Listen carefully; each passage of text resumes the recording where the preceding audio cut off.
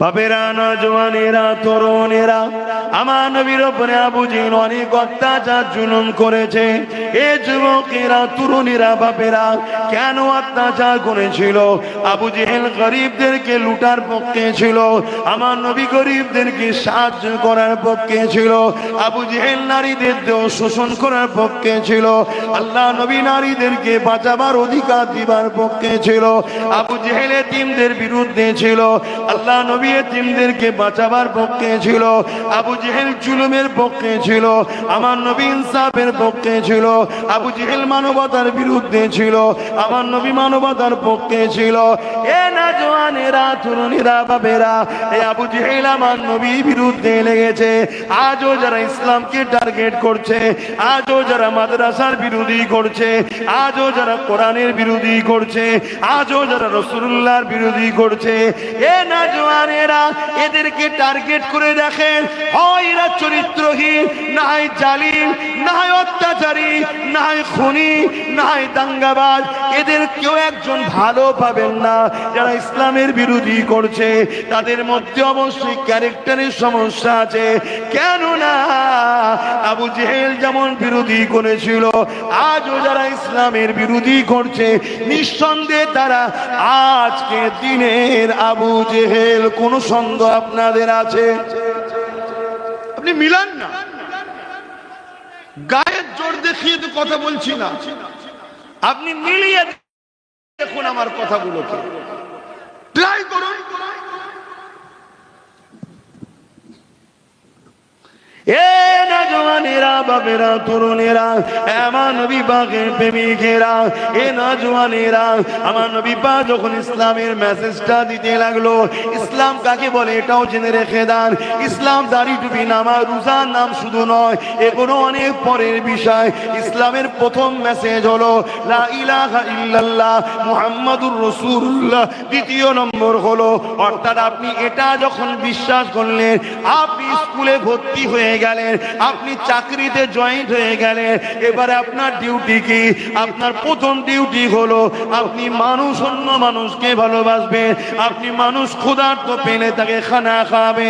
এ যুবকেরা, ইসলাম তো গরিবকে খানা খাবার না, ইসলাম তো বস্ত্রহীনকে বস্ত্র দিবার না, ইসলাম তো অন্নহীনকে অন্ন দিবার না, ইসলাম তো অসহায়কে আশ্রয় দিবার না, ইসলাম তো মানুষকে সাহায্য করার না, ইসলাম তো পিপাসিত মানুষের পিপাসা মিটাবার না, ইসলাম তো সাম্যের না, ইসলাম তো ইনসানিয়াতের না, ইসলাম তো মানব বন্ধনের না, ইসলাম তো প্রেমের না, ইসলাম তো সম্প্রীতির না, ইসলাম তো ঐক্যের না, ইসলাম তো দেশের সার্বভৌমত্বকে নিরাপদে রাখার নাম হলো ইসলাম। কথা, মানব বন্ধনের কথা, প্রেমের কথা, গরিবদের অধিকারের কথা। লেবাররা কর্মজীবনে কাজ করবে, তার গায়ের ঘাম শুকাবার আগে এ আবু জেহেল তাদের ঋণকে পরিশোধ করতে হবে। এই কথা যখন নবী পাক শোনাতে লেগেছে, আল্লাহ নবীর বিরুদ্ধে আবু জেহেল লেগে গেছে, উতবা সাইবা লেগে গেছে। আমার নবী পাককে নানান দিক কষ্ট দিয়েছে, কত কষ্ট দিয়েছে, আল্লাহ নবীকে জানে পর্যন্ত মারতে চেয়েছে। আমার নবী পাক পাহাড়ে চলে গেছে, ওখান থেকে রাত্রিরে দিনের মেসেজ দেয়, আল্লাহ নবী নবী দয়া নবীকে কুয়া খুলেছে ফেলে দেবে বলে, কিন্তু এই কুয়াতে আবু জেহেলই পড়ে গেছে। যতই রশিয়ানে কম পড়ে যায়, আল্লাহ নবীকে আবু জেহেল ডাকতে বলল, এ আমার চালা চামন্ডারেরা, আমার মুহাম্মদ ছাড়া এখান থেকে তুলতে কেউ পারবে না। কেন? আমি আবু জেহেল বুঝতে পেরে গেছি এই কুয়াটা মুহাম্মদ রাসূলের জন্য খুঁড়েছিলাম, আর আমি নিজেই পড়ে গেলাম। এ নওজওয়ানেরা, আজ যদি কেউ ক্ষমতার অন্ধকারে গিয়ে ইসলামের বিরুদ্ধে যায়, যে কুয়া সে খুঁড়ছে আজকের মতো সেও কিন্তু ওই কুয়াতেই পড়বে আগামী দিন, জেনে রাখবেন। মানুষ এসেছে চলে গেছে, এসেছে চলে গেছে, এসেছে চলে গেছে। এই সমস্ত মানুষের প্রথম বাবা হলো ওই প্রথম ব্যক্তি, আর প্রথম মা হলো এই প্রথম মহিলা, যিনারা দুজন প্রথমেই পৃথিবীতে এসেছিলেন। এই বাবাটার নাম হলো আদম, আর মহিলা মাটার নাম হলো হাওয়া। ইনারা দুজন ছিলেন ইসলামের অনুসারী। জোরে বলুন সুবহানাল্লাহ, আরো চিৎকার দিয়ে বলুন সুবহানাল্লাহ। যদি বলেন কি করে, ইনারা একত্ববাদের উপাসনা করতেন। কিসের? রব একজন, প্রভু একজন, খালেক একজন, সৃষ্টিকর্তা একজন। বাপ আদম আলাইহিস সালাম উপাসনা করতেন, এক প্রভুর ইবাদত করতেন, এক রবের ইবাদত করতেন। আর আমার মোহাম্মদ রসুল আমাদের কি শিখিয়েছে? লা ইলাহা ইল্লাল্লাহ, প্রভু একজন, মালিক একজন, তিনি হলেন আল্লাহ। জোরে বলুন সুবহানাল্লাহ। আর মা হাওয়াও তিনি এক রবের। আর একটু জানালে ভারতের মুসলমানের বুক গুণ একটু বড় হয়ে যাবে। আর একটু যদি জানাই, কি জানাই? বড় সৌভাগ্য আমরা ভারতের মুসলমান। অনেকে চাইছে ভারত থেকে মুসলমানকে তুলে দেবে। আমি আপনাদেরকে বড় জিম্মেদারি ও পাওয়ারের সাথে বলতে চাইছি, যদি এই স্বপ্ন কেউ চায়, তাকে খুব শিগগিরই দুনিয়া থেকে উঠে যেতে হবে। যদি বলেন কেন, ভারতের মুসলমানকে তোলা চারটিখানি ব্যাপার নয়। কেন? বাপ আদম ডাইরেক্ট জান্নাত থেকে ভারতে এসেছে। জোরে বলুন সুবহানাল্লাহ। আরো জোরে বলুন সুবহানাল্লাহ। মানুষ নিজের স্বার্থে দেশকে ভাগ করতে পেরেছে, কিন্তু শ্রীলঙ্কা তো ভারতেরই, ঠিক না বেটি? নেপাল, ভুটান ভারত, পাকিস্তান তো আমাদের ভারতের, বাংলাদেশ তো আমাদের, কথা ঠিক না বেটি? এসব তো ভারতবর্ষে। মানুষ কিছু স্বার্থ সিদ্ধ মানুষ থাকে সমাজে, ও নেতা হবে আমি হব নি, চল একটা ভাগ করলে। এখন যেমন আমার দেশকে আবার ভাগ করার জন্য কিছু নেতা উঠে পড়ে লেগেছে। এসব দেশ ভাগ করার প্ল্যান, অন্য কিছু না। যত দেখবেন পরিবারের সন্তান মিল থাকবে, ওই পরিবার একসাথে থাকবে। আর যখনই দেখবেন ভাই ভাই খেয়ে করছে, বাপের বুঝে লিয়া দরকার, এরা এক সংসারে থাকতে চাইছে না, এরা টুকরো টুকরো হতে চাইছে। কথা ঠিক বলছি তো নাকি? তা আজকে আমার দেশটাকেও টুকরো টুকরো করার একটা পরিকল্পনা চলছে, কিন্তু ইনশাল্লাহ আমরা হতে একটু বলুন দেব না। কারো যদি খুব পাগলা হয়ে যায়, রাঁচিতে হাট পাঠিয়ে দেবো, তাও ঠিক আছে, দেশকে ভাগ হতে দেব না। যাক, আমি ফিরে আসছি আবার। তাহলে বাপ আদম আলাইহিস সালাম ডাইরেক্ট কোথায় এসেছে? হিন্দুস্তানে। আরেকটা খুশির খবর শুনবেন না? আব্বাজান আদম আলাইহিস সালামকে যখন আল্লাহ তৈরি করলেন, পায়কারে বাসারিয়াত, বাপ শুয়ে আছে, তৈরি হয়ে গেছে। এ সব কিছু তৈরি করেছে আল্লাহ, কোনো কিছু বলেনি, শুধু বলেছে কুন, হো যা, ফায়াকুন, হয়ে গেছে। কিন্তু বাপ আদমকে যখন আল্লাহ তৈরি করেছিলেন, কুদরতি হাত লাগিয়েছিলেন। জোরে বলুন সুবহানাল্লাহ। আমাদের আব্বাকে যখন তৈরি করছে, কুদরতি হাত লাগিয়েছে। তো বাপ আদম আলাইহিস সালাম তৈরি হয়ে গেছে, পুরো বডি তৈরি, কিন্তু জানটা নাই। আমাদের এই বডির কিচ্ছু দাম নেই, মেন হচ্ছে জান, রূহ। তো বাপ আদম আলাইহিস সালামের রূহকে আল্লাহ হুকুম করলো, যাও ঢোকো। তো রূহ ভেতরে ঢুকেই আবার বেরিয়ে চলে এসেছে। আল্লাহ বললে বেরোলে কেন? রূহ বলছে আল্লাহ ভেতরটা বড় অন্ধকার, পায়কারে বাসারিয়াতে ভেতরটা অন্ধকার। আল্লাহ নূরে মোহাম্মদ রসুল সাল্লাল্লাহু আলাইহি সাল্লামকে বাপ আদমের কপালে পেশিনাতে রেখে দিলেন। জোরে বলুন সুবহানাল্লাহ। আল্লাহ বললেন এবারে ঢোকো। রূহ ঢুকেছে, আর বেরোতে চাইনি। জোরে বলুন সুবহানাল্লাহ। তো বাপ আদম যখন জান্নাত থেকে হিন্দুস্তান ভারতবর্ষে এসেছিলেন, বাপ আদমের সাথে নূরে মোহাম্মদুর রসুল এসেছিলেন। জোরে বলুন সুবহানাল্লাহ। আরো জোরে বলুন, দিল খুলে বলুন আল্লাহু আকবার।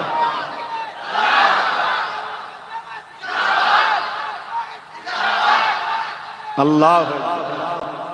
এটা পৃথিবীর অন্য কোন দেশ নয়, এটা বাপ আদমের আব্বাজানের দেশ। আর মা হাওয়া এসেছিলেন কোথায়?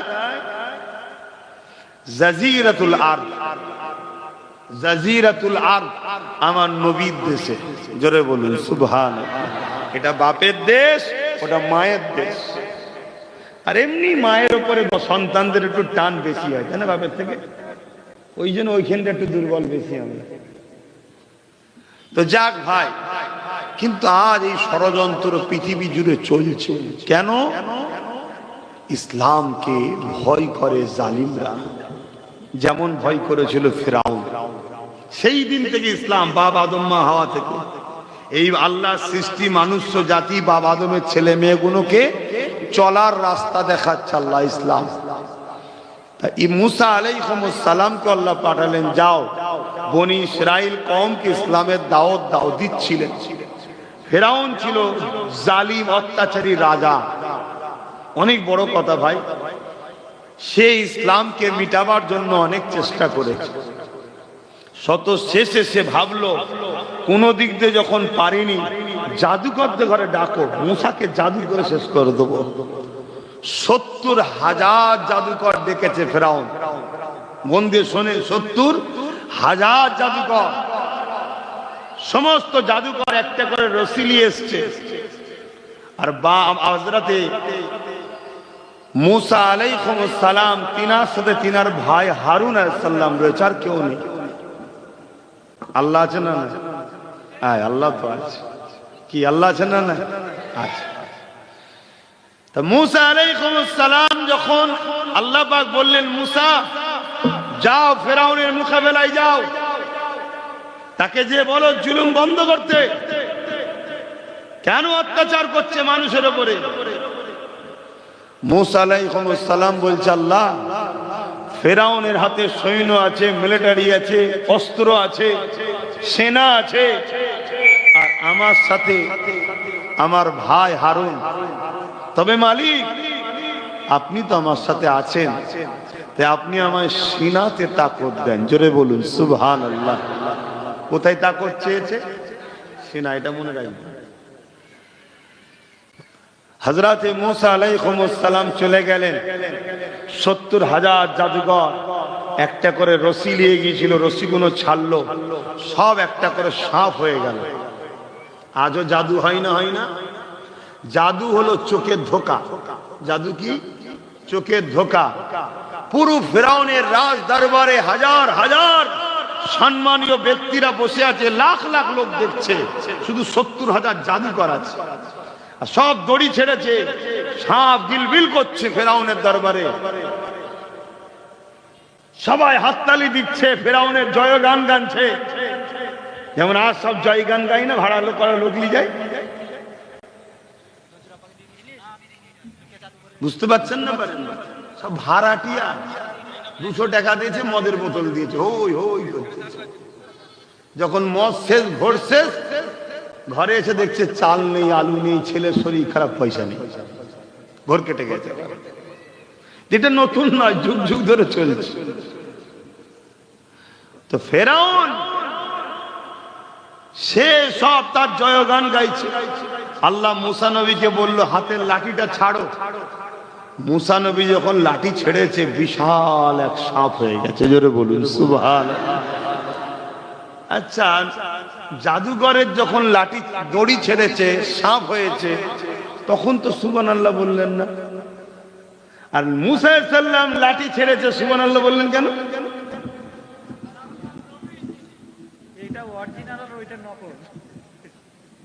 এই জন্য একতরফা মতো লাগলো না, একতরফা নয়। কেন সুবহানাল্লাহ বলেছি সেটা একটু আগে জান, বুঝতে পারবেন। যেই মুসা নবী সাপ হয়েছে, আর জাদুকর গুলো সঙ্গে সঙ্গে দাঁড়িয়ে গেছে। বলুন সুবহানাল্লাহ। সব দাঁড়িয়ে গিয়ে ফেরাউনের রাজ দরবার ছেড়ে দিয়ে মুসা নবী যেদিকে আছে, মুসা নবীর দিকে আগিয়ে এসছে। এসে মুসা নবীর কদমে পড়ে বলছে, মুসা ক্ষমা করো, মাফ করো আমাদেরকে, তুমি যে রাস্তায় চলতে বলছো চলতে রাজি আছি, ইমানের কলেমা পড়িয়ে দাও। জোরে বলুন সুবহান। ওখানেও সাপ বানিয়েছে ওরা, মুসা নবীও সাপ বানিয়েছে। থাকার পরও রাত্রিরে, আর বেশি বলছি না, শুনছেন না? শোনেন না? আমার কথাই খারাপ লাগছে। যারা ইসলামের বিরোধী করছে, সেই জালিমদের চেহারা দেখানো দরকার আছে না? না, দেখো আমেরিকা ইসলামের বিরোধী করেছিল, আজও করছে। সেই আমেরিকায় প্রতি 1 মিনিটে একটা নারী খুন হচ্ছে ধর্ষিতা হয়ে। আমেরিকার ডব্লিউ বুশ বলেছিল, আমার আমেরিকা ইসলাম রাখবো না। আল্লাহ বললেন, আমেরিকায় থাকবে কি থাকবে না তুই ফয়সালা করার কেউ নয়, আমি ফয়সালা করব। তা তোর কন্যাকেই যা ইসলাম কবুল করিয়ে হাফেজে কোরআন বানিয়ে দিলাম। জোরে বলুন সুবহানাল্লাহ। আপনারা জানেন তো নাকি, বুশের কোনো পুত্র সন্তান ছিল না, কন্যা সন্তান ছিল। একটাই তো সন্তান, আমাদেরও যখন 1.5 খানা। কথা বুঝছেন? তো একটাই সন্তান। তো সে কি করেছে? মুসলমানও হয়েছে, আবার ইসলাম কবুল করেছে, আবার কি হয়েছে? হাফেজে কোরআনও হয়েছে। তুই ইসলামকে সরাচ্ছি আমেরিকা থেকে, তোর ঘরে ইসলাম রয়েছে, এবার কি করবি কর। আমার আল্লাহর পাওয়ার দেখছেন তো নাকি? হ্যাঁ, সেই আমেরিকা আজকে ইউরোপ দুনিয়া, তাদের ডাটা, তাদের, আমার নয়, তারা বলছে, আমেরিকা বলুন, ফ্রান্স বলুন, ইউরোপ দুনিয়াতে এত দ্রুত মানুষ ইসলাম কবুল করছে। তারা বলছে 2040-এ ইউরোপ দুনিয়া হবে ইসলাম সংখ্যা গুরু। জোরে বলুন সুবহানাল্লাহ। কেন ভাই? আমরা তো শুনি আমার দেশে একদল রাজা ছিল নাকি, তারা জোর জবরদস্তি সব মুসলমান করেছে। তো আমেরিকার রাজা কারা এখন? মুসলমান। কথা বলছে না তো? তাহলে ইসলাম বাড়ছে কেন? ইসলাম লাঠির দ্বারা, তরোয়ালের দ্বারা, বোমের দ্বারা, AK-47 দ্বারা হয়নি, আর হবেও না। ইসলাম জুলুমকে মিটাবার নাম, জুলুম করার নাম নয়। আজ আমেরিকা বলুন, ফ্রান্স বলুন, ব্রিটেন বলুন, তারা ইসলামের ছায়াতলে শান্তি পাচ্ছে, বাঁচার রাস্তা পাচ্ছে, তাই ছুটছে।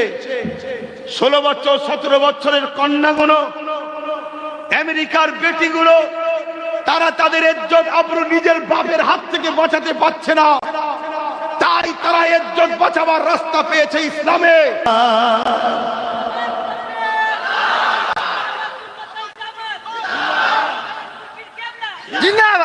ইসলাম কাকে বলে? মাতৃভূমিকে ভালোবাসার নাম ইসলাম। নিজের মাতৃভূমিকে সার্বভৌমত্বে নিরাপদে রাখার নাম ইসলাম। আজ আমাদের প্রতিবেশী দেশ বাংলাদেশ হুঙ্কার দিচ্ছে বারবার।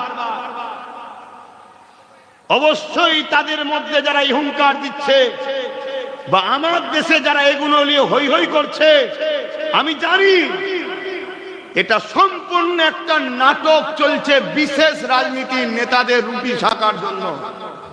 যারা সেন্টারে বসে আছে, খেয়াল করে দেখুন, তারা এতদিন পাকিস্তান পাকিস্তান পাকিস্তান করে রাজনীতির রুটি সেঁকছিল। পাকিস্তানের হাওয়া এখন নেই। আর শুনছেন না? শোনেন না? এখন এদের পিছনে লেগেছে। আর স্বাভাবিক, আমার দেশের অমুসলিম ভাইয়েরা জানে বাংলাদেশ মানে মুসলিম বেশি, তাদেরকে বুঝাবে। দেখেছো কিভাবে ওরা বলছে ওদেরকে জব্দ করতে গেলে এদেরকে দরকার। বুঝছেন না? বোঝেন না? এটা সম্পূর্ণ একটা রাজনীতি।